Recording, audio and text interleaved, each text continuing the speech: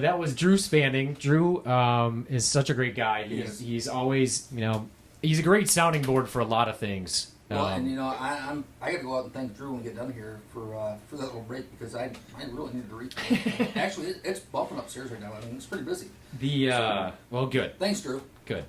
I'll tell you, he's the perfect partner on something like this because he's so very out of the box thinker, and he's got a pretty good moral compass too. Which is important on these things, especially with all the emotion that's been involved with COVID and all that stuff. It is it is a highly contagious disease, and a lot of people have died, so there is that portion to it. But we never talk about the other side of that coin, and it's just we are unhealthy people. Well, and we do on the Murphy's Law podcast from time to time. We do. Occasionally. But a lot of people don't realize that Drew's really been behind the scene of a lot of big events in Gaylord. Yeah. For years now. A long time. Yeah. So he's one of those behind the scenes geniuses that just puts it all together. He's got a very interesting marketing mind as well, which I can appreciate because he'll see things that I might not see. I don't pretend to know everything. I don't want to know everything. I'm glad that's where you went with this because I thought you were going to say I as well have one. No. But he's a great guy. Appreciate Drew coming by. Priceline is great. They've grown exponentially. They've got some new partners that they're just bringing on board, Event Spice and some other things. He's too humble to even talk about it, in an interview because he's so focused on what we're doing right here. But they've got a trajectory that is off the planet right now. So kudos to them. Yep. We are so honored to be kind of their beta testers for the last 2.5 years since that inception of that idea. Well, even Freedom Fest. I mean, most people don't realize Drew was largely behind Freedom Fest. Yeah, absolutely. Absolutely. The Freedom Rally, yeah. It was and that was the first, I'm glad you brought that up, because that was the first event of many that we've done like that, but that was the first time that he looked at his platform and said, this is how we can test it out on ticket sales. Because we had done gift cards and we had done the T-shirts, hats, that kind of stuff. But once you start adding in events and these other things, then you get the fervor of everything that was going on with COVID, and not being able to just even be outside and under a a pavilion for crying out loud. How crazy the feeling it was? It was very strange. I mean, we had state troopers at both ends of the rally. Yeah. The emotion that was displayed that night was really very cool. It's circumstances that I don't think any of us ever want to be in or under again, but given everything that was going on, it was a great time. But we had talked about this. At the end of the night, it's one of those things where you just kind of sat back and look around and went, we're on the right side of this. Yeah. Because the amount of people that showed up and were just so thankful to be part of something normal. Yeah, and that's kind of where this whole thing started, and that momentum, and people love our barbecue, but this is not everybody. Check the reviews. We're not everybody. That's okay. That really is okay. But I assure you this right now, if I were to walk upstairs right now, even though it's late on a Friday night, I assure you there's at least a handful of people that are not from the Gaylord area. Yeah, we love it. It's sometimes I hope this doesn't come off as a humble brag, because I hate that word and it'd be this disgusting, but just earlier I was going and checking behind the bar for something, and I met Captain Jack, and he's a boat captain that does some. He just came out of nowhere. He's such a nice guy, very boisterous, and I hope he watches this later and hears this. But such a nice guy, and he kind of travels from Florida up here to Michigan and does some of the ferrying from Mackinac Island and Mackinac City and back. Just a nice guy, and was so grateful and thankful. And I'm just, thank you for being. He's got a shirt in front of him and a sticker and all this stuff, and it really, I would have never in my wildest dreams have ever, or nightmares, depending, thought that we would ever be in this position. A, where you and I are doing a podcast. B, I'm in court all the friggin' time.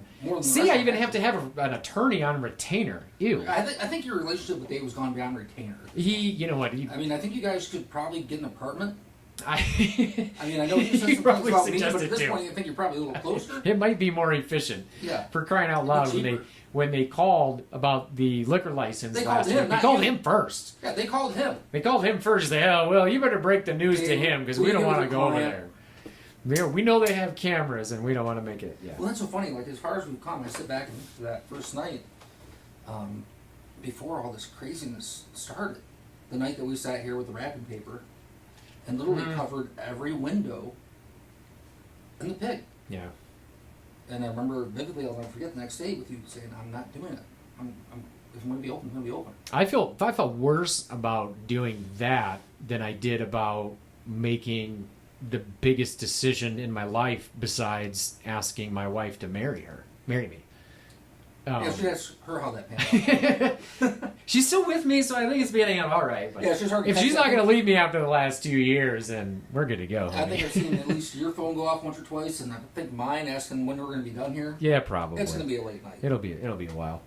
But we were hoping to. I was just getting. Speaking of messages, we were hoping to have Brad Langen on, who is minting our NFT. He is our NFT expert. He was going to come on and kind of give everybody a broad stroke of our NFT, how it relates to what we're doing, some of the benefits. We get discounts, the Fuel Fest and the Freedom Rally that we did, among other things, the 9/11 event. We do all kinds of VIP treatments for those. Anybody that's meet and greets, anybody that's a Fuel Pass holder gets into those automatically, no fees. Discounts here in the restaurant, discounts on merchandise, exclusive access to online content. The big kicker really is going to be once we take everything. We'll talk about this a little bit towards the end, but people really want to know really what's in it for me, right? We always say that, and Drew talked about it, what's in it for me, and really it's that when we get through the Supreme Court, we could go down to the Court of Claims. Actually, and file a lawsuit in the Court of Claims. Completely different court system. They're just gonna either toss it away or they're gonna sit on it. So it doesn't do us any good. What we need to do is it needs to be adjudicated all the way through the Supreme Court, so it's final and it says this is done and over with. These guys do not have to pay the fine because this is about a $5,000 fine. At the end of the day, they got us with a $5,000 fine. Which, by the way, just to bring everybody up to speed that hasn't watched the podcast or doesn't follow the podcast, so currently, when Judge Hunter ruled 2253 unconstitutional, state appealed, wanted to bypass the appellate court, went to Supreme Court. Supreme Court said, yeah, no, take it back to the appellate court, which is now currently where it's going to the appellate court. However, ironically, the justices that were selected for this are all in Whitmer's pocket. So we're already thinking it's going to go in favor of the state, which means it's going to the Supreme Court. Even if it goes in favor of the pig, it's going to the Supreme Court because state will appeal. State's already appealed to the Supreme Court. Yeah, they've already bypassed. They did a bypass application, and the Supreme Court, we've got the documents on our website. They say the Court of Appeals, if they decide, should at least hear this first. We see this as in re-certified questions, the sequel, which is what took down the Emergency Powers of the Governor Act, which is why they pivoted to the emergency orders under the Health Department. So no matter which way it goes. So this is the sequel to that. So no matter if we win by the grace of God at the second floor, as I put it. Hold my breath and ask for. I'll hold my breath, and you can call back and ask for Mr. Blue on that one. Yeah, that's not going to happen. No. I'm getting a message right now that it looks like we're having trouble getting with Brad right now, our NFT expert down in Texas. We're going to try and continue to get him answer some questions. We kind of have like a 5 or 6 question FAQ that we were going to go over with him. So if we can get him, we'll get him. Well, if not, we'll just we'll get it recorded and we'll edit it into this portion. Insert here. All right, we are joined by Brad Langen. Brad is the co-founder of Company 3, a Web3 company that helps NFT projects exactly like ours to basically go from conception to launch. Is that right? That's correct. So thanks for taking the time out today, Brad. I really appreciate it. I know you've got a busy schedule. Brad's joining us all the way from Zoom all the way from Las Vegas via Zoom. So your time is precious. So thank you for joining. The biggest question we're always getting on this particular project is why an NFT? So I figured you would probably be the best person, since you're our partner on this project, helping us get this launched. You'd be the best person to ask that question to. So why an NFT? Yeah, I mean, obviously, you guys are making some noise with Fuel Pass and what you guys are doing and kind of the fight in Michigan. And there's been a common theme with a lot of organizations that, though it's not a political thing, they seem to be more conservative, that are getting shut down by sites that are fundraising platforms, for example, like GoFundMe, are shutting down dissenting viewpoints from their own. You also see credit card processors that are not allowing people to process credit cards, again, from people who have different viewpoints than them. And it's because they're very centralized platforms. They're big tech platforms for the most part, and they have a certain viewpoint that maybe doesn't go along with Fuel Pass. So with an NFT, the biggest thing about NFTs is they are completely decentralized. So there's no controlling entity that controls these NFTs. They're independent. They're decentralized. Any funds raised from an NFT can really not be touched, at least now, because of the decentralized nature of them. So that's really the biggest reason for an NFT. It allows the people to decide, where they want their money to go, and doesn't allow anyone else to touch it. So that's really the biggest reason for an NFT. And I think I've said it before in this broadcast, even that's really the main key for us. Fortunately, we haven't been put in a position where any of our fundraising efforts, mainly because we didn't do a GoFundMe campaign, because we saw another restaurant have a very successful GoFundMe campaign, and they actually had fines. The maximum fines were levied against this restaurant because of the GoFundMe account. In fact, it stated on the record, well, you seem to have a healthy GoFundMe account, so it sounds like you can afford the $7,500 fine. So we strategically did not do a GoFundMe account. We've never done any kind of fundraising except for selling T-shirts, hats and koozies and all kinds of different stuff like that. And of course, staying open during the shutdown, which is the whole reason this whole thing and this whole fight has started in the first place. But it gives us an opportunity to be cutting edge and take that third party away. We were discussing before you came on that one of the issues is credit. There's gray area, as you were saying. Credit card processing is a bit of an issue. So right now, technically, there is no way to go from a credit card transaction to an NFT without getting cryptocurrency of some kind. Am I correct on that? Yeah, I mean, it's really new, and a lot of credit card processors aren't really sure how to handle it at this point. But currently, I would say, yeah, to your point, it's really just gray area. There are some credit card companies coming out, like as big as Discover, and saying that they're going to allow purchases of NFTs with credit cards. It definitely has not become mainstream yet. The official way to buy an NFT is to buy cryptocurrency, usually Ethereum, which most people are familiar with, and then use Ethereum to transfer it to purchase an NFT. So that's the, I guess, official way of buying an NFT. So things are changing, and they're changing fast, but there's just a lot of unknowns in the cryptocurrency space and the NFT space. So yeah, there's not a set way of, exchanging a credit card transaction direct for an NFT. Though things are popping up, and there's some things that exist, like what we're doing with Fuel Pass. So. And so everybody understands exactly what our Fuel Pass does is it gets you a membership. So we look at it as a membership program, and then we're basically giving you an NFT for free. So we're kind of dodging that gray areas we were talking about. So we're giving you an NFT,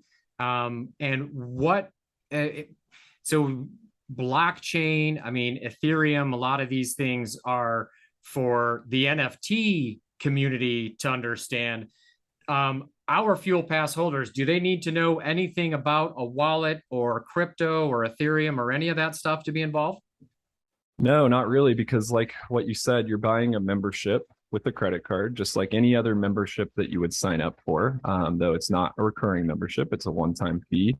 And in exchange for buying into the Fuel Pass membership, you're getting a free NFT. So what that means for Fuel Pass holders is really it's a way of showing proof of ownership. The only thing you really need to think of with the NFT is there's a public record of whoever purchases an NFT. And on that public record, it shows that you own the NFT. So you have proof of purchase, which is really important. And it's not proof of purchase like through a store or a bank where that's all internal. Again, it's decentralized, it's public, so everyone can see that you own that NFT. It proves your ownership.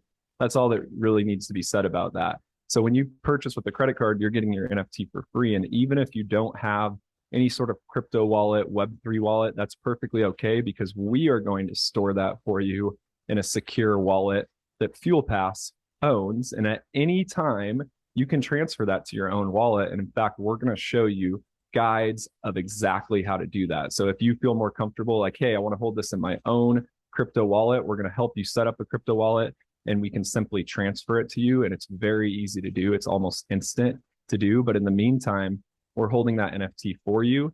You don't have to worry about it. And another big benefit of an NFT that I think is important to mention is we hope everyone who joins Fuel Pass is going to stay around for a long time and really believes in the fight and in the mission.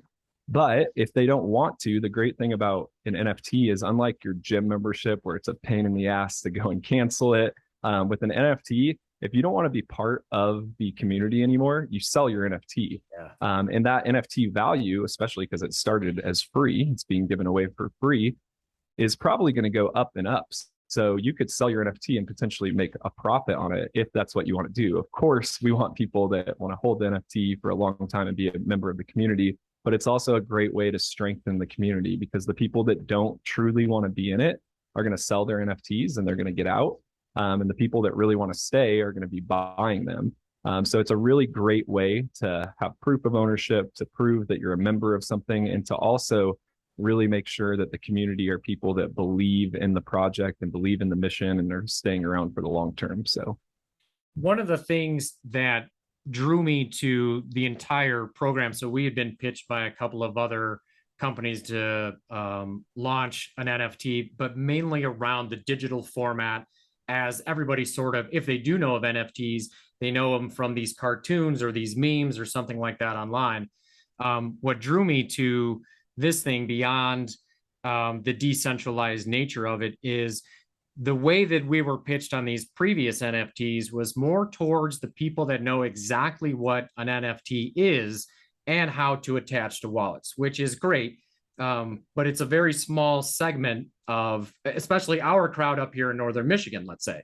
So what you guys are doing for us is bringing us both crowds, if you will, the people that don't really know about crypto, and we can bring you along and figure out those barriers to the new crypto people. And we have those folks that want to know when it's being minted and when they can get it in their wallet, because they've been pass holders since back in April or May when we first put the thing on. So we're getting a little bit of best of both worlds. So for me, as a newbie to the NFT world, you guys are coming along right at the perfect time with us in this project and these rabid supporters that we have that want to join in the fight. And hopefully, once we get to the court of claims and we get to actually sue, and then we can put some real monetary value, because that's what we want to do, is be able to share in the winnings when we go sue the health department and the governor after we beat the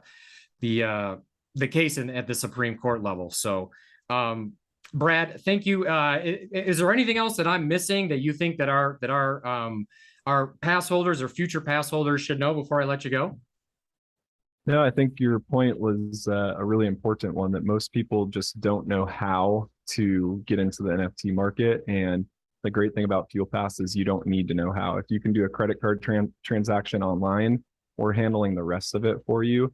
Because what you do need to know about NFTs is they're decentralized. And I think we can all agree that everything in the world is becoming more and more centralized. So a step towards decentralization, especially when it comes to money, is a very important step. And, that's another reason to get involved with Fuel Pass. And that's the reason that we chose an NFT. So no, I think you hit the nail on the head.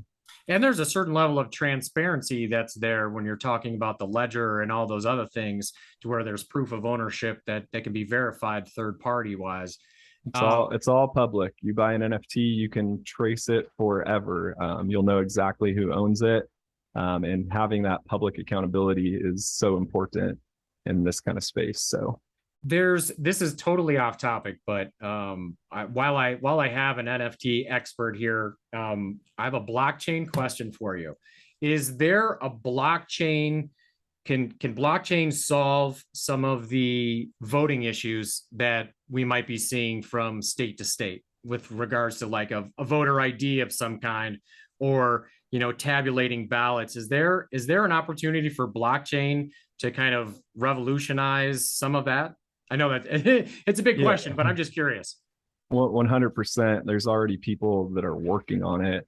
A wallet, without going into too much detail, it's basically a digital fingerprint that only one person can control. And because of the nature of the ledger, that it's completely public, that would, for an example, that would allow someone to go look at the votes in Michigan and see every single individual person and their votes. So there's definitely something there.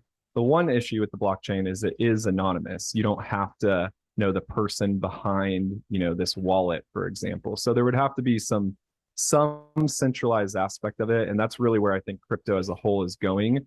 You have to bring decentralized and centralized together. But the big point there is that it's all public. So, I think everyone would be able to sleep a little easier if they could see that every vote that took place, they could actually attribute it to a person and see those votes instead of just relying on third parties that tell us, who voted for who. So yeah, the transparency element of the blockchain, I think, would be huge for voting rights and a lot of other things as well. So yeah, you're definitely onto something. And there's some really smart people, much smarter than me, that are already working on things like that. So we're very, very early in this whole space, but there's some exciting things that are happening for sure. Yeah, it's fascinating, and you took the word out of my mouth. Exciting. Yeah, definitely. Brad Langen from Company 3, thank you so much for everything that you're doing on this project and taking a few minutes to join me today via Zoom. I hope the weather is gorgeous out there in Las Vegas, my former home. Enjoy everything, and thank you again. Thanks, Ian. Appreciate it. Which, by the way, that's all we put on the website. Yeah, so if we haven't said that already, this whole thing is obviously being recorded. So we will put this whole thing up on our YouTube pages and our website, fight4michigan.com. And, we've got a billion other places that this will go out. So all this information will be available at any time for any of our Fuel Pass holders or potential Fuel Pass holders. So since moving on from that, we figured we'd build in a little portion here towards the end. Yeah, we always get asked questions from people that watch the podcast, people that come in the big, on a regular basis. And we just, more often than not, we just kind of put them to the side, and we haven't really spent any time addressing them. So we figured right now might be a good time to actually bring some of those to the surface and actually give an answer to the audience. We haven't, I'll tell you, so much stuff has been coming down you can't pipe. make stuff up. I mean, every day it's on something different. How does that saying go? Down the pipe or down the pike? Pipe. Is that what it is? Yeah, because down the pike wouldn't make sense. I don't know. Is it a Midwestern thing? I don't think it's a fishing thing. Does it go? Is it different if you go out to the West Coast? Do they say pike? It's like soda, soda and pop. We got more important shit to talk about. I'm just saying. By the way, we are really trying hard to keep our language clean, which if you watch the podcast, that is not the case at all. But being a Friday night, even though most of your kiddos should probably be in bed, we're really trying hard. I try especially hard. I'm in the restaurant business and I own a bar, so it is what it is. But so we and a few actually have come in here since we've been doing this, but yeah, they didn't see the sign that says recording, do not knock. We figure we answer a couple of questions. One of the most popular ones right now, since the recent news of the Court of Appeals accepting the application, because that's what everybody needs to remember, is we won our appeal. It was an administrative appeal to get it out of administrative court and into the hands of the actual court system. There are different rules in administrative court. You can't address the constitutionality of a law in administrative court. Our circumstance was different than a lot of others. We were able to, administrative law gives you the opportunity to appeal outside of administrative court.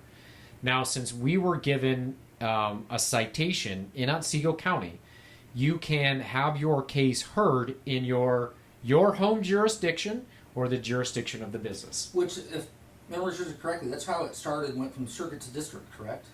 It went from it originally started at circuit. And no, just went to Judge Hunter. Okay. Yeah, so it was never, and he's what, district court? Yeah. I can never remember. I get them all mixed up. There's so many. Oh, so you it was know in administrative. The Let Them Breathe. Yeah. Started off in Yes. circuit, went to district. Yes, with they Judge moved it. Cooper. Yes. And so many court cases. So many. I have never watched so many court cases, especially on YouTube. Or I haven't either. I never thought I would. I could get my junior law degree at this point. It's ridiculous. I always got a bag of popcorn ready watching stuff because you never know what's going to happen. You never know, and they've been coming in like crazy lately. And just when you think they're going to stop. I mean, look at when they yanked the license last week. Yeah. Just when you think they're going to stop. Here we go. Yeah, they just they can't help themselves. So, do you have a court of appeals? Do you have a court of appeals date? We do not yet. So, my understanding is they have 56 days from the date that the court of appeals accepts. The state has 56 days to file a brief in support of their argument. One of their arguments, consequently, if I can get it in, is that Judge Hunter did not have the authority to rule on the constitutionality of the health law in question. Which on its face sounds like a legitimate argument, but when you go back and actually look at the stipulations and you actually look at the law, it says that he has all the wherewithal to question that. And we specifically stipulated two questions, and that was one of the questions, the constitutionality of 2253. Which we all know it's unconstitutional. And his ruling was brilliant. I mean, it's United States Supreme Court brilliant. So he should be proud of that, and he's a very smart guy. And not that these other judges aren't, but you know, there's some out there. Whoa, some of them. Judge Wanda, what's her face down in Judge wherever Lipstick. she is. Oh man, Judge Limp Bizkit. Yeah, Limp Bizkit. That's what I was going to say. Yeah. Yeah, I really know. But you know, I have my own answer to that question. Which you're going to find out. I'm going to say between 61 and 66 days. So they have 56 to file, and then they get another. They can extend that 56. So 112 days all together. And as of right now, we are currently 60 days away from the midterm. Yeah, I don't suspect that they will file their briefs until after the midterm election. Until after, you know, which we have our own theories on. Part of Whitmer's platform is supporting small businesses, supporting students in schools. Those two things in particular, we are extremely adjacent to. Because she's done such a great job. The mask mandates in schools. Great job, Gretch. Yeah, exactly. So no, we don't have a court of appeals date yet. They have 112 days. Then we have 35 days to answer with our own briefs, which our attorney is working on right now, probably as we speak. We're trying to get David in tonight too. You know, I'll tell you, he does some things at the oddest times. Well, Dave was odd. He definitely is odd. God, 8 o'clock on a Friday night. Bless his heart, he is odd. I mean, at this point in time, no, I don't anticipate Dave's doing anything. Would you like to think so? But I mean, so there's going to be a lot of time. These things don't tend to move too fast. No, but I assure you'll probably hear shortly after the midterm elections, one way or the other. The INRI certified questions case went pretty quick, but that was also because the pandemic was, 6 months, 7 months into it in October. So they did have an idea of wanting to get it moved through the system. And they made the right call on that one, knocking it down.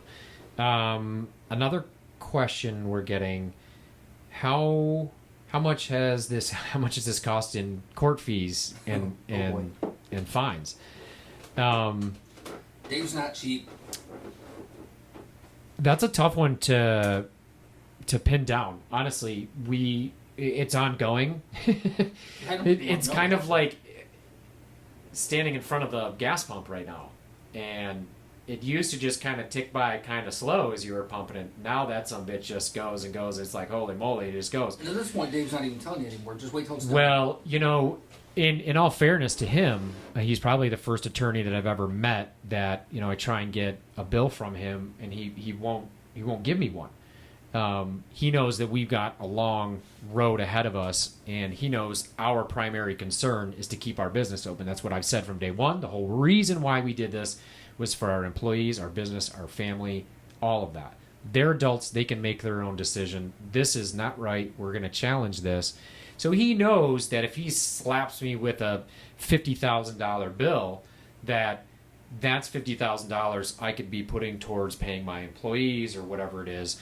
That is the real reason why we started doing T-shirts for sale instead of GoFundMe's. That's the real reason why this fuel pass, Drew and I came up with this idea of using decentralized currency to get away from a GoFundMe or the other ones that the trucker convoy used that started pulling funds away from them. Well, not only did they yank the funds from what they were intended for, but they also, knowing you, I mean, it's a matter of you wanted to provide something to people in exchange. You're not a charitable person. You didn't want a handout. This can be bought and sold. It holds value. Yeah, it holds value, not just now, but it continued value. Yeah, and hopefully once we win our court case, those sons of guns go through the roof, because that is the real plan. That is the first time I've ever heard you say sons of guns. Sue the pants off of those people, namely the two health directors, Dana Nessel especially, because she's the one that has her signature all over our paperwork, and Gretchen.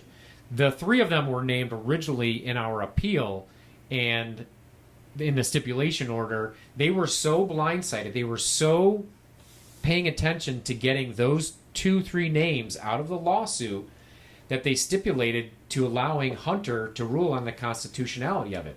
He ruled against them in favor for us. Now they're saying, no, you didn't go our way. We don't like it. So here's an appeal. Here's going to be another appeal. So that's the whole point of this thing. So it's really, it's immeasurable. As far as the court costs, we paid a $600 fine for the liquor commission and 90-day suspension. Paid $2,100 in fines for the Department of Agriculture shutdown. And then I just paid $200 in fines for paperwork that the Liquor Commission couldn't get processed in the 4 years since they've had it. Which was that was the skit you watched with Dave Landau, which was like that was the Joe Biden Jr. Yes. I mean, really. In the kangaroo court. Yeah.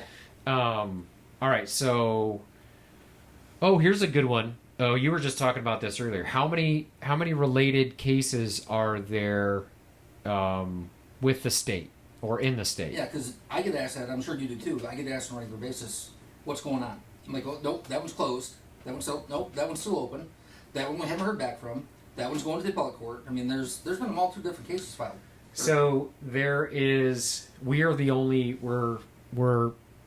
last man standing. Is that sad? It is sad.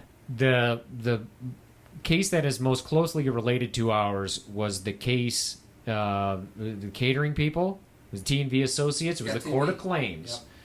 Yep. And their attorney did not do a very good job. They didn't even argue non-delegation or separation of powers. They tried to argue science, and it didn't work. And he laughed. It was terrible. And ultimately, what that case did, it was tried, if you will, so poorly by this attorney that it gave the state an equal ruling to Judge Hunter's. The Court of Claims and District Court are on the same plane. Judge Hunter and the Court of Claims. So that's, as soon as that T&V Associates ruling came out, that's when the Court of Claims turned around and said, aha, we've got an equal court ruling now. Saying that even our buddy, the Assistant Attorney General, Darren, he came in that day or the very next day, I forget, within hours, he filed a supplemental brief saying, hey, just in case you didn't know, here's a ruling that says, it is constitutional. It's constitutional. It is constitutional. See, here's a leg for you folks to stand on. Away, Court of Appeals, we'll take it. Well, and try taking away in certified questions too. Well, yes. Unfortunately, that was a brilliant ruling. the court has changed slightly since then. I did hear about one of the justices is going to be retiring, so there may be a governor appointment. Oh, here we go. Yeah.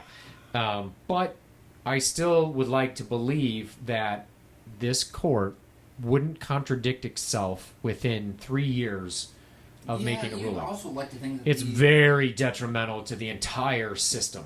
You'd really like to think the judicial branch is not going to be influenced by the executive branch, but we see how that works on a national level and continues to... We do. I mean, unfortunately... Separation of powers is a great theory, but we haven't seen it lately. It's tough. When you get appointees and I don't envy any of these people, but you can start to glean some information on certain rulings, in dissenting and concurring arguments in some of these other cases. They start to stack up against each other, and you can kind of get a good idea of which way they're going to lean. Again, INRI certified questions from 2020 of October 2020 is a great ruling, 5-2 ruling. The court or 4-3 ruling, 5-2, I forget. It actually I think it was 4-3. Was it? I think it was 4-3. Then the court flipped after the election, went from conservative back to 4-3 liberal. There is the possibility that could flip back, but again, either way, they have their own arguments that they have to look at, and they would have to contradict themselves in order to get there. The only other case that I wish I had seen gone through was, I believe, a court of claims case from the Michigan Restaurant and Lodging Association, MARLA. Yep, where they puffed their chest, and at the last minute, last hour, just laid down. They gave up. They had the money, they had the means, they had the backing, and the last hour just, all right, we laid down. Yeah, and this is the biggest lobbying organization in Michigan Restaurant Lodging Association, so you can see exactly who they cover, and we're a pretty big tourism state. And I was excited that they were taking this case on, and then I had heard that they gave up after the first ruling. They didn't appeal, and I suspect that they just went to their members or they went to their board and they said, we don't see any other favorable rulings. This was before they gave up before our case even really got to the health department. Yeah, they literally, they fizzled out real quick. Everyone was pretty excited that they were such a big group was going to just stand up and join the fight. Yeah. And almost, it really felt, it's been a long time, but it felt like overnight they just kind of went, yeah, okay, never mind, governor's right. Yeah. We're shut down. The other case, to follow up on this, the other case would have been Marlena's Bistro. Marlena, and her, a lot of people know about that. She was ushered off to jail. Some people have seen she was belittled in court. Video of that where her constitutional rights were just trampled on. Yeah. She wasn't even allowed to, basically not speak. She couldn't even get the words out to say, "I plead the fifth." That's what I mean. She was almost belittled in court. It was. So, that's the judge I was speaking of when some of these people are a little nutty, but. That case went to an appeals. They appealed on some different grounds, and that again, not represented very well, in my personal opinion. The arguments made were not great, so we don't see anything coming from that. No, as Dare would say, that one's kind of become moot. Yeah, exactly. We have the track. So we're staying on that. That's the entire point of the fuel pass and everything that we're here for tonight, and everybody else that's joined on. So there's really no other cases. There are some that are adjacent that have to do with the school code and masking that have to do with separation of powers, but don't necessarily have to do with the health code. They go against the school code, which has some similar language, but it gives them a little bit more definition than what the health code does. Well, I think a lot of it was more so threats than it was actual cases. It was, starting off with the health department threatening. Yeah. And realizing, stop, or else they stop again. Well, they couldn't do it any further, so they kind of gave up and passed it off to the MLCC. And they went as far as they could. They couldn't go any further. They stopped. They gave up. Turned it over to Department of Agriculture. Yep. It was like a pass along. They weren't different cases, but it was all a continuation of, stop or I'll say stop again. Yeah. You're not listening to me. Like I'll pass it on to someone else scheme. and make them. Yeah. Which, if you go to the third paragraph, 2253, what gives the health department the power to enlist the Department of Ag, which is a food license. Health department has nothing to do with food license. It's Department of Ag. Yeah. So the health department went from themselves. They couldn't do anything, had no power, to MLCC. That didn't work, so let's go out to Department of Ag, which is their paragraph 2253. Shut them down. Shut them down. Shut them So down. It wasn't really different cases. It was just a matter of Contempt of court. beating the same damn dead horse. And They they're still doing it. took me to court, contempt of court, because I was just selling barbecue. And now we know a lot of this stuff that they were pushing. I always say hindsight's 2020, right? But I'm glad that we are staying the course. I'm glad that I didn't capitulate. Some people say, "Well, you did because you closed up," and it's like, yeah. How the hell am I going to run a restaurant and keep my kids employed in a business running in jail? Yeah. When I got that email from the Judge Kennedy's clerk at 10:30, 11 o'clock at night, and the attorney's calling and says, that this is a signal. This was before Marlena got arrested. It was actually just a week before. Okay, stop now. And it was a clear indication that they're like, listen, this is, they're not to be trifled with, and this is a clear indication that they may move on you if something doesn't happen. And we're like, okay, we're done. We'll close it up. Well, but looking back and looking at the scope of things, I could see why somebody would ask that question and say, how many different cases are there? Because each one has felt like a whole different fight. Yeah. Because it's been with different people. Yeah. And some of them are still freaking going on now. Yeah. One in particular. Well, actually, two in particular. You still have a ongoing thing with the MLCC. Yep. And you still have the Court of Appeal. So right now, there's currently still two things going on. Yeah. Which are all start off as the same thing. And then we get to go back. Shuffling. And then when we win, we get to go back and say, listen, remove that violation from my record. Remove that contempt of court. Remove all of that. It's totally improper to begin with. And, we look forward to that day, but it's going to be a while. I mean, everybody's got to be patient. These things don't go fast. This whole thing is all about overreach. Separation of powers, kids. Google it. Look it up. Figure it out. Stephanie S. What happens with another... Oh, this is a good question. What happens if there's another breakout? Can 2253 be used again, the health code? Which is why you're fighting so hard and so diligently, is right now... that was the talk when monkeypox first started, was, well, here we go again. They're going to try and ramp up the fear and this, that, and the other. Flu shot boosters. They are. They're doing the same damn thing with flu shots. And trying to tie it into now the new shot. What are we, like the 8th, 9th, or 10th booster shot now for Omicron? I can't even. This one's going to work, though. This one's going to work. This is a great question, mainly because there really is no answer. My answer to that is they cannot use 2253 again. It has been severed from the health code. As of right now. As of right now, it has been severed. Court makes a decision. Yep. As of right now, it cannot be used. There has been some argument, mainly made by the state and Weird. Dana Nuffel's office, saying Nuffel, No, awful, Dana Nuffel, mainly stating catch her at that the big it's house this football season in a wheelchair. You'll catch her there, guaranteed. Google drunk Dana or drunk Attorney General. I love that one. So they would attempt to. I found out that there is another case. Speaking of, we'll go back to the last question really quick. There is a case in Alpena that is related to MIOSHA. There is a code. I thought that was a portion of the thing. This is a different case. This is an engineering firm that OSHA came into, that somebody I think reported them, and in OSHA's code, I don't know if I wrote it down. No, we talked about this in the podcast. Yeah, they have some different language in there that's very similar to the school code, and the school code is safety and welfare, so it's very similar to that, but it's very vague. So they're challenging it. The people responsible for making sure you operate forklifts safely in the workplace. Yeah. Again, don't drink battery acid. That's MIOSHA. I mean, that's... They're using Judge Hunter's ruling in that because they're basically saying OSHA doesn't have the authority to come in and give me civil, criminal penalty fines, blah, blah, blah, whatever. Which ironically, SCOTUS, the Supreme Court of the United States, actually came down with a similar ruling. Yeah. In regards to the EPA. Yeah. And MIOSHA and OSHA. Yeah. But we're stepping bounds. Keeping those. So can 2253 be used again? They'll try. They'll definitely. That's the best answer I can give, is that they will do their best to try. And then if not, they will pivot to the OSHA code, because then what they'll do is it's passing the buck onto the business owner again. Yep. You know, they did it originally with the executive orders. I think we talked about this in the podcast. Was, you know, contractors can't have but The executive 25% of order the normal capacity. 1947. Yeah, stupid.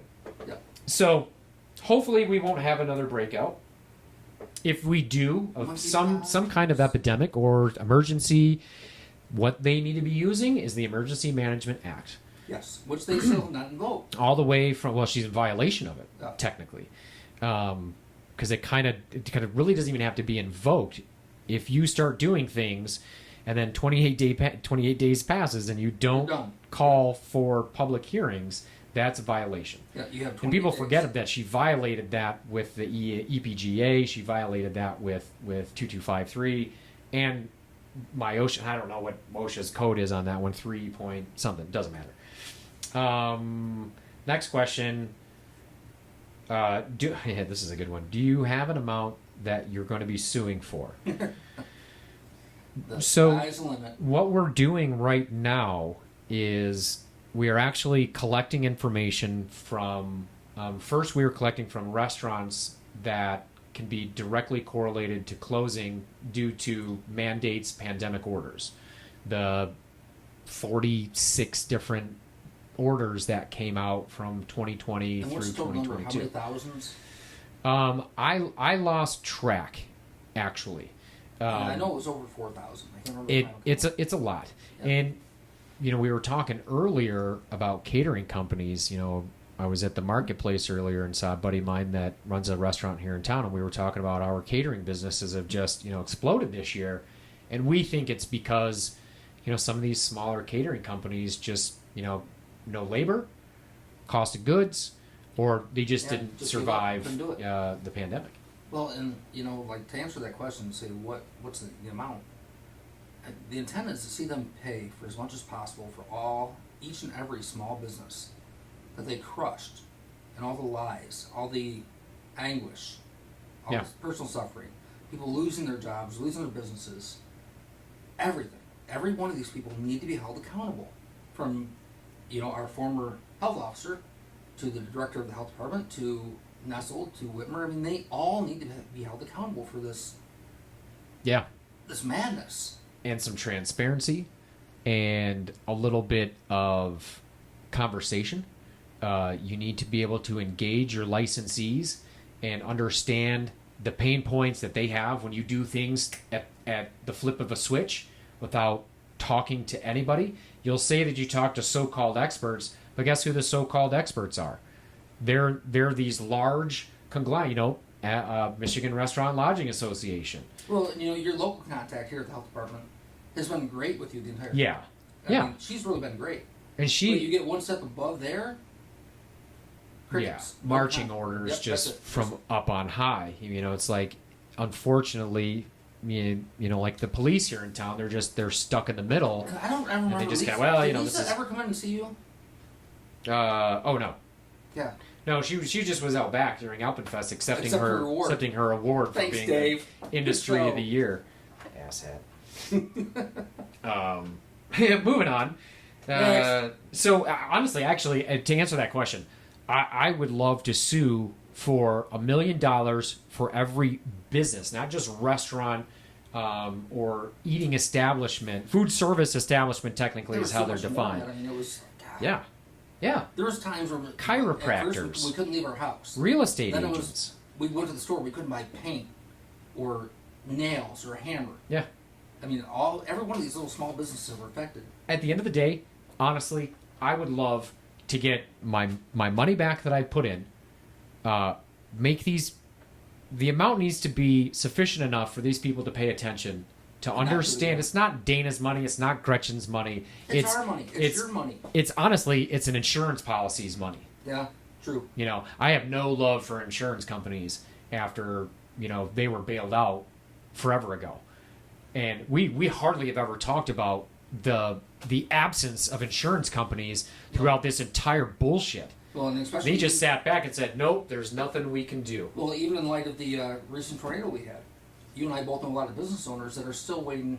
Not Oh, to mention yeah. homeowners. Oh, yeah. Business owners and homeowners. No are still FEMA money waiting. either. No FEMA. There wasn't enough destruction. That's a new one. That's a new one on me. Wasn't enough, but no FEMA money. The insurance companies aren't paying out yet. Yeah. But meanwhile, you and I both know not only private citizens, but local businesses that haven't received a dime Yeah. from the insurance companies. I'd love to, we've got a handful of employees that have been here with us through the entire thing and for the last 5 years. I'd love to pad their pockets with a whole bunch of money too. You know what? They stuck it out. They had everything to risk, just like the rest of us. They could have gone somewhere else. They could have done something. And they've dealt with the Chads and the Karens. Yeah, they're on literally the Chads. front lines. I mean that word kind of has a different meaning now over the last 2 years, but they really are, especially lately. We have had, and I just say we collectively as an industry, and anybody that knows and is paying attention, restaurant workers, food service workers at any level, dare I say, are under attack. If you've seen some TikTok videos and some crazy weird videos, there are people that are just losing their shit all over the place. Oh, they're batshit crazy. Tearing apart McDonald's because they're out of nuggets. Yeah. You know what I mean? We don't get that crazy. We don't get any crazies here in the store. Look, they're... Yeah, out back. I would say, Out excuse back. me? Out back. Like, looked at the reaction of somebody, a grown-ass adult, a couple weeks back, over slimy eggs in their mouth. Oh, yeah. Slimy eggs. Yeah. There was shit that, like a spoiled 5-year-old having a tantrum. What do you? There's anything you can do about it. That's just. I think that's a personality I would disorder. I just don't eat the eggs. I just don't come back. Yeah. Let's see. There's like two more. Yeah. Here's a good one. Can we buy a liquor license suspension poster? You can answer that. You can buy a white one right now, which is the original, but the orange one, ironically, which not ironically, it's not Chief's fault, but the MLCC insisted that they get the orange one back, the most recent one from last They wouldn't even let him keep it. They wouldn't even let him keep it, which he wanted to keep it, but they insisted to have it back. I think that might have something to do with the fact that you can buy the original on the Pigs merch site and put it in your own bar wall. If you were watching the beginning of this broadcast and you see Dave's skit and you see me in the Zoom, you can see my license suspension poster in the back while the Liquor Commission investigator and the Assistant Attorney General who represents the Liquor Commission is sitting right there.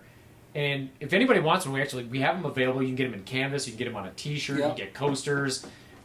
Chief wanted one for his basement bar, as do a lot of people. We're gonna get him one. Yeah, well, we're definitely gonna get him. He's been great throughout this whole thing. But the orange IronPigMerch.com. Yeah, that eventually will find its way in the market. Yeah. So yes, you definitely can buy one. IronPigMerch.com. It's where all of our stuff is. All kinds of crazy. We've got. The hat selection this year. The hats. Our hats are. We've got great partners with our merchandise. So all right here in Michigan printed stuff. So we're grateful for that. Here's an easy one. Are you franchising? We are. The issue with this lately is we started this process just before the pandemic started, and then for obvious reasons we stopped. Yeah, there's a lot of conversation about food trucks, different locations, different places. Yeah. Now the real issue is, regardless of what happens with the economy, our biggest issue, again, when I say we, as an industry, is labor. Cost of goods is always an issue, and labor sort of is. But hey, it's tough to keep good, reliable help. There are a lot of open jobs. A lot of people have not come back to work. A lot of people have changed work. A lot of people don't want to deal with a high-stress environment, like I was saying, with some of these Karens and Chads. A lot of that stuff. Well, so that's really what's holding us back. It's funny you say that because, like, if you watch the mainstream media, they'll talk about how new jobs. Yeah. Never acknowledgement that these aren't new jobs. These are filling the jobs we lost 2.5 years ago. Yeah. There are no new jobs. These are people finally just getting up off their asses and coming back to work like they should. But even still, we've seen a huge rush of people that apply for a job, accept the job, and never show up for first shift because they want their state benefits because they have to apply. Or they work one shift and go, I'd rather be home watching television, and they don't come back. Yep. And we've seen it across all professions, all industries, where these people just Nobody wants to work. Yeah, the unemployment, the COVID money, a lot of that kept a lot of people on the sidelines. I think there was a lot of fraud. Oh, you think? Just in that program alone. The PPP program is completely different. The fraud in that is, I don't think we'll ever really know the amount of money that's been lost on that. I'm talking about people with domain names like me at you for email addresses got awarded. We do have a franchise plan in place. We had a plan we're working towards doing 3 to 4 franchisees.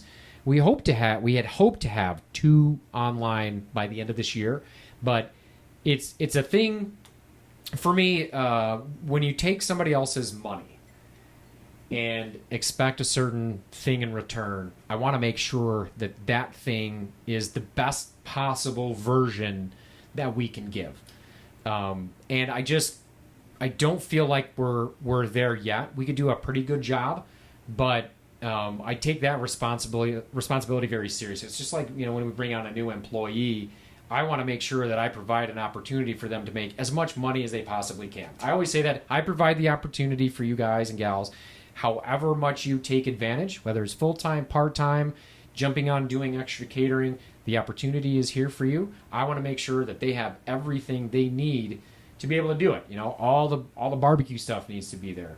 We need to have receipt paper and enough cash on hand and all that stuff so they can do their job. And knowing you, the last thing you want to do with somebody that has put their faith into you is look at them and go, eh.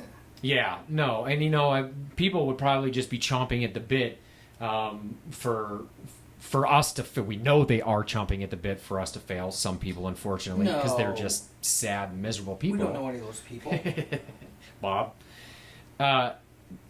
So, we are franchising, but I just want to make sure that the way that we do it and the areas, that's the other thing is we have had a really hard time deciphering whether or not we want to expand up here in northern Michigan or start going into a larger populated area. Well, and you've also went back and forth like brick and mortar or food trucks. Yeah. Which food trucks have been hugely successful lately. Yeah. Brick and mortar locations come with a lot of baggage. But food trucks, are seasonal and some other things. So we would like to do a little of both. But at this point, we'll probably hold off until next year. And especially given the divisive times that we live in, some people are very excited about Iron Pig Barbecue, and other people are not so excited about Iron Pig. And we would want our investors to have that same kind of mindset, if you will. And that's part of what this Fuel Pass does, is it separates, the occasional Iron Pig fan from the mega fan, the people that really know and have been following this nonsense that we've been going through for the last few years. Well, and at this point, if somebody was interested in becoming a franchisee, they would know by now at this point they have to have a lot of grit. I mean, feelings are something you should have left at the counter like 5 years ago. Yeah. Because based on some reviews, you'll go through them quick. So if you have feelings, if you're soft-hearted, tender-hearted, you probably don't want any part of this. Yeah, it's funny that you say that because, I mentioned earlier my buddy that I saw at the marketplace earlier. He's like, I almost called you. I got a 1-star review the other day, and it was about our hours. Oh, I come to the Gaylord Golf Mecca and can't even get dinner at 8 o'clock.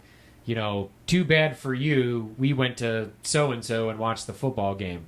And it was just so fun. It's like, too bad for you. And I just kind of want to be like, is it too bad for us? Because you seem like such a lovely fella. And it just baffles me, these people, because, like, literally, we've had this conversation. I don't think I've ever left a bad restaurant review. I just don't go back, or I'll order something different. But these people are just so self-righteous. And, like, their sense of self-worth is just bizarre. Yeah. And their hatred is just, whatever happened to, I don't agree, but have a good day, nice knowing you, and good talk, and walking away. Or just, telling somebody if you're not happy with something, just say that's the other thing. It's very non-confrontational. Pardon me, ma'am, my food was cold. But then gets very confrontational once you even question the idea. As keyboard warriors are. Yeah. We talk about that a little bit, a couple of our episodes. I think we're due for another review episode because we do some readouts of some of these ridiculous reviews that we get in comments. Bigger favorites, and there's some dandies. There's a lot that you guys never We- even see that are just Utes. Looking at the time here, let's probably wrap it up, dude. Yeah, I've got we're getting close. one question, and this is a good, actually, perfect one to end on. What is the end game here for this, for the fuel pass? And at the end of the day, I think that the simple question is to get through the Supreme Court and make sure that the law of the land is upheld by this brilliant ruling and supported by their own ruling from 2 years ago now. My answer to that would be as simple as this: to make sure this shit never happens again. Yeah. To make sure the shit that they've done to all of us in the past 2.5 years never happens. Do it the right way. Use the Emergency Management Act. Bring in the legislators. Bring in, because that Emergency Management Act goes all the way down to the local level, all the way down to the county commissioners can use portions of But it. to hide from stuff 70 years old, which is what they did, I mean, just So the fundamental question has to be asked: why wasn't the Emergency Management Act used? It's newer. I think it actually gives them more leeway, and it's legal. But the fundamental question has to be asked: why not? And I can only come to the conclusion that after 28 days, they she didn't want to let go of the power. didn't want anybody else to have a say in what rules were being made. This is how it's going to be. I'm in charge. I'm the executive branch. I have all the power. I have the police. I have the top cop. They've gone through it and said, I'm bulletproof. yeah. I can do this. So it just, to me, it just looks like they just wanted all the power. And obviously we know this now and continue to want it. Yeah, clearly. And they won't let go of it. So I think that is the end game, is showing exactly what these folks are doing. And you have to say plural, because it's not one person. It's not Whitmer. It's not just Dana Nessel. It's not just Bobby Gordon. It's not just Elizabeth Hurdle. It's every single one of them. Every single one of them. The fear, the anger, the control. And we've seen it time and time again in the past 2.5 years is that, and not to sound, because we want to clarify that we are not far-right people. We're like center people. Yeah. But the obvious is obvious, that these people have exploited every emergency or disaster and exploited every scare tactic and fear tactic they have Yeah. to draw control out. And still are. And still are. And still are. There's still school districts in the country that have to have masks on. Yeah. There's kids that are getting expelled if they're not vaccinated by 16. I mean, still, even now after the CDC said, yeah, we messed up. You know, vax or not, it's okay. Don't worry about the mask. When you have the commander and Chump not wearing masks. But still, school districts are mandating them. Yeah, it's weird. It's just a control thing. Yeah. And it's just got to stop to make sure this never happens again. So the point is, when will it stop? When we can ensure that it won't happen again. Well, science and truth, I heard, is retiring. So With Fauci. I don't know the what's Fauci gonna. effect. They're retiring with the Fauci effect. What is the end game? The end game is you're going to go to fight for the number 4 Michigan.com. You're going to jump on the train, Iron Pig train, go into the Court of Appeals, stop it on the 2nd floor, headed to the Supreme Court. We're going to win all the way, and then we're going to go sue the hell out of these people and get some money and make sure that they pay attention. And we're going to make sure that everybody understands what non-delegation means, and we're going to give a little civics lesson about, and this includes me, about separation of powers. Which we all learned. The at one 3 point in time. branches of government, and how they work. Schools. Because people have forgotten. They don't All teach the it way anymore. up to the federal level, they have forgotten. No, because now school's not about school anymore. It's about indoctrination. But this is, ultimately a fight. Go back to the tagline: a fight for, not against. It's a fight for our rights, not a fight against Michigan. It's a fight for the Constitution, what our rights are, and a fight, not a fight against. Say, if they follow the rules, we'd all be good here. We wouldn't be having this conversation. Right. But this whole do as I say, not as I do, I mean, you've all been through it. Even if you don't agree with us, you've all felt the pain in the past 2.5 years. And if you watch the news now, you realize it's all been for naught. And that's what we're trying to stop. Yep. And I think that this is the best way that we know how to empower our supporters is offering this fuel pass with a myriad of other opportunities, discounts, exclusive access, VIP access to our events, First to know. Fuel Fest for next year, all kinds of stuff. Behind the scenes content. We've got a lot of cool stuff planned. You know, our documentary is being put together right now as well. Yep. Which a lot of people know about that. There's actually been working on a documentary for the past. These are some weird times that we're living in, and we're kind of going through something that I hope nobody ever has to go through. But given the technology that we have, given that everything has been via Zoom, Yep. everything is so accessible on the internet, articles, all of these things. So we're bringing everything together to try and tell this story in a way so people really understand that it's not about going against a Democrat. It has nothing to do with Trump.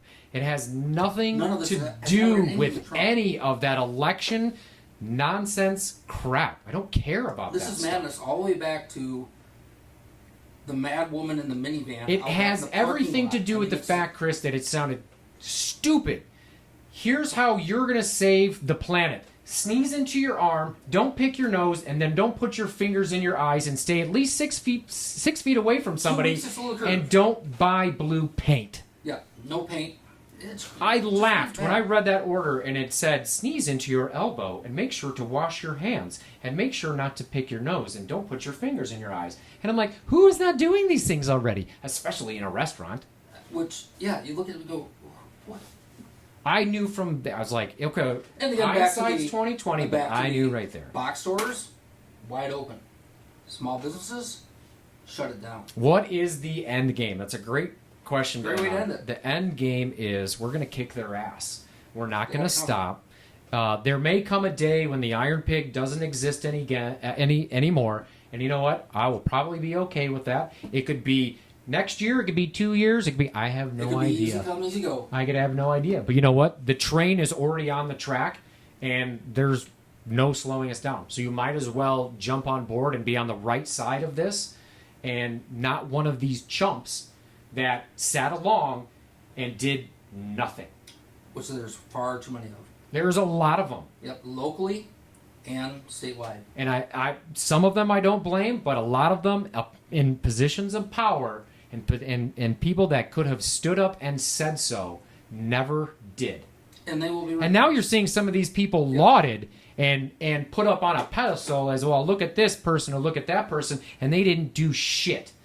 They went to Lansing and it didn't do anything. They went and stood before a trade organization and didn't do anything. They took membership dues and pretended to be filing a lawsuit and then turned around and decided to quit. In a matter of a few short years. Don't come they asking become for my private money. establishment. Yeah, or for a platform. Yeah, or a platform. Exactly. Which, Yeah, we know what we're talking about. there's a couple you know people what? that I'm talking about, but We've been at this a long time. It's getting late on a Friday night, so these folks are probably ready to go. I think you need another drink. I need another drink. I damn well. Let's get some barbecue, brother. Oh, hell yeah. Thanks for hanging out with us on our stream tonight. Thanks to all Town of Hall. our special guests that joined us, comedian Brandon Basser, Dave Landau, Drew Spanning, CEO of Priceline, my good buddy Chris Kuhn. Let's not forget Marky Mark. Thanks behind for the always camera. hanging out. Mark, our producer, who always manages to put all this crap I can't together call him and Marky on the Mark fly. again. That hurt. I can't do that. So thanks for hanging out with us for a little while. We appreciate you tuning in. Again, this will be posted on our website, fight4Michigan.com. Chris, thank you. Everybody, your support is greatly appreciated. We'll see you As soon. always, peace out.